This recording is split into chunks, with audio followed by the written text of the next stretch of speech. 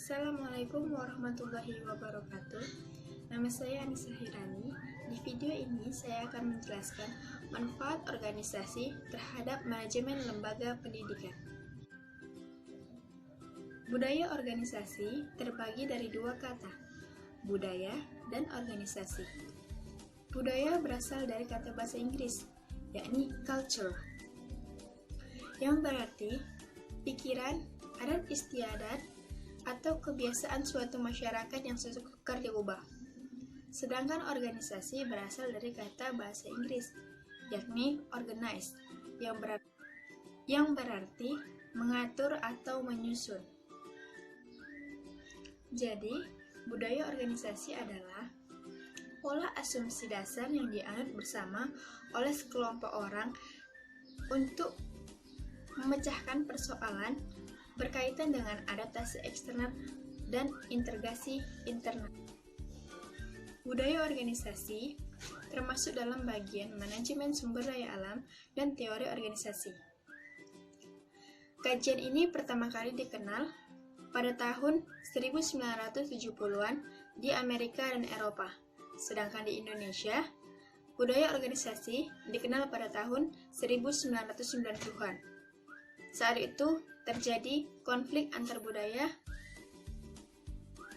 Adapun karakteristik budaya organisasi yaitu pertama, perilaku personil, yang berarti terjadinya interaksi antara anggota dengan anggota dan anggota dengan atasan.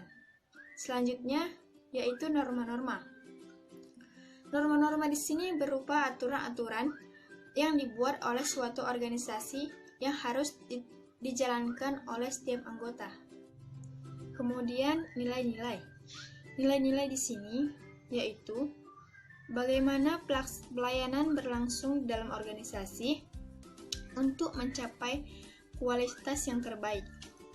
Kemudian falsafah manajemen. Falsafah manajemen adalah setiap aktivitas organisasi yang didasari dengan falsafah manajemen dalam suatu organisasi itu sendiri. Kemudian adanya peraturan-peraturan.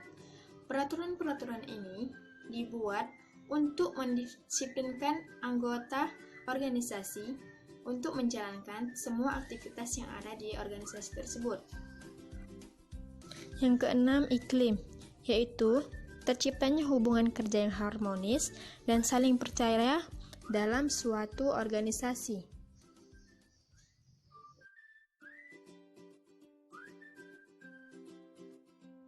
Kemudian, inisiatif anggota.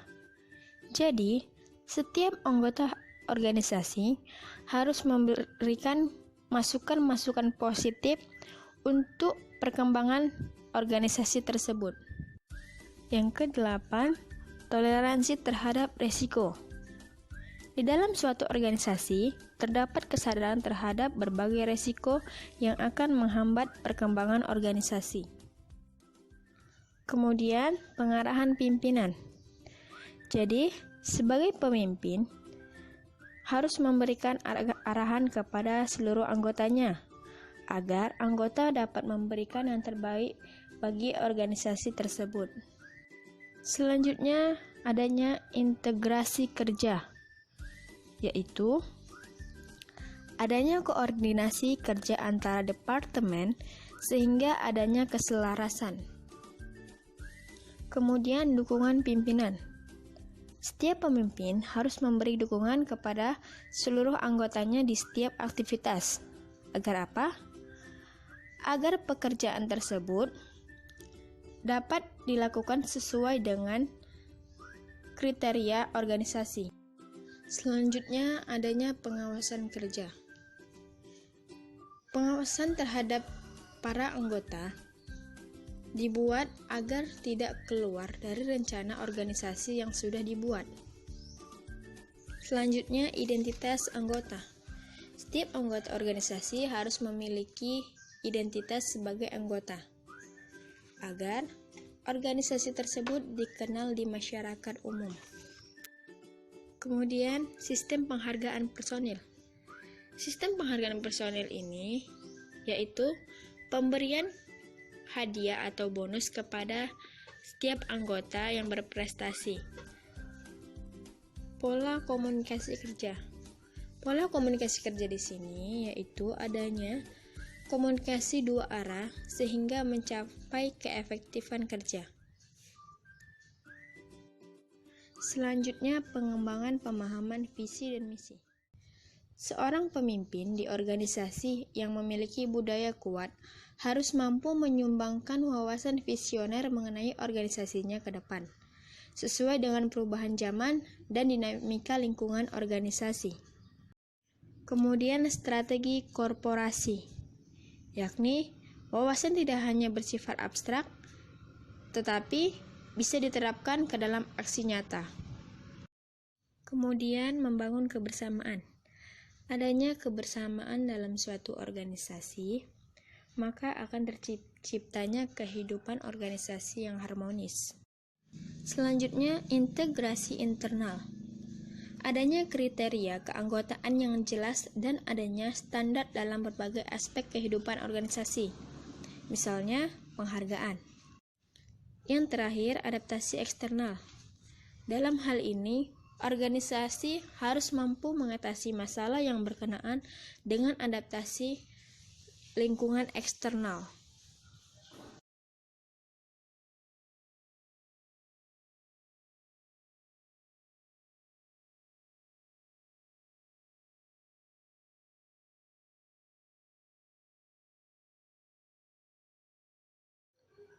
Menurut Ahmad Sorbirin, budaya organisasi memiliki beberapa fungsi, yakni budaya sebagai perekat dalam organisasi, budaya sebagai pembeda antara kita dengan mereka, dan budaya menjadi identitas diri kita.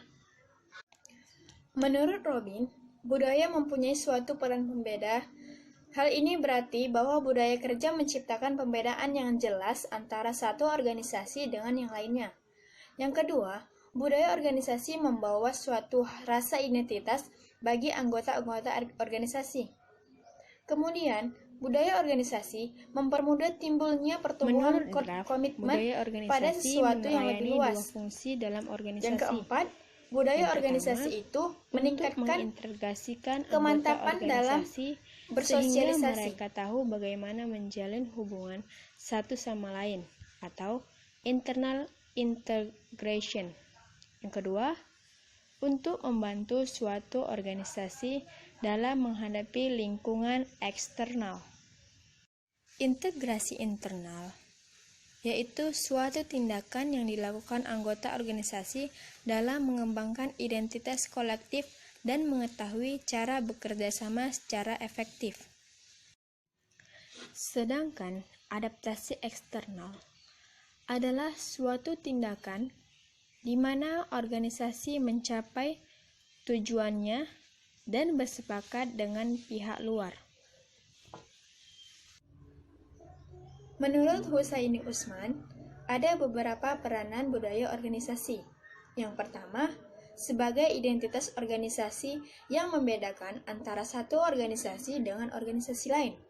Yang kedua, perekat kebersamaan seluruh warga organisasi. Kemudian, sarana pencapaian tujuan organisasi secara efektif dan efisien, karena adanya kebersamaan pikiran, pendapat, gerak, dan langkah.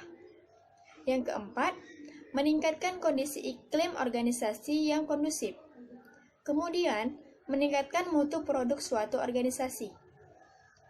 Dan yang keenam, menjelaskan dinamika kultur dalam organisasi. Yang ketujuh, memahami iptek baru yang mempengaruhi dan dipengaruhi oleh organisasi. Dan yang terakhir, memahami resintesi budaya terhadap perubahan yang terjadi seperti pembelajaran organisasional dan perubahan organisasi. Dengan memiliki budaya organisasi yang baik, maka akan menghasilkan pikiran organisasi yang baik. Pikiran organisasi yang baik akan menghasilkan nilai-nilai yang baik. Maka dari itu, kondisi ini akan mewujudkan berbagai tindakan yang baik pula. Mungkin hanya ini yang dapat saya sampaikan. Semoga bermanfaat bagi kalian semua. Wal akhir, Assalamualaikum warahmatullahi wabarakatuh.